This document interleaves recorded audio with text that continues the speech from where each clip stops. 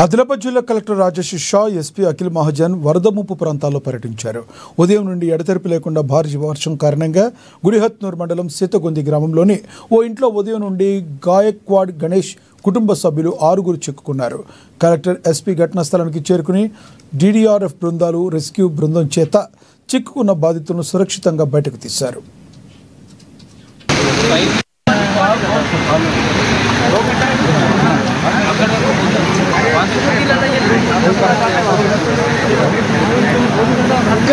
Jaipal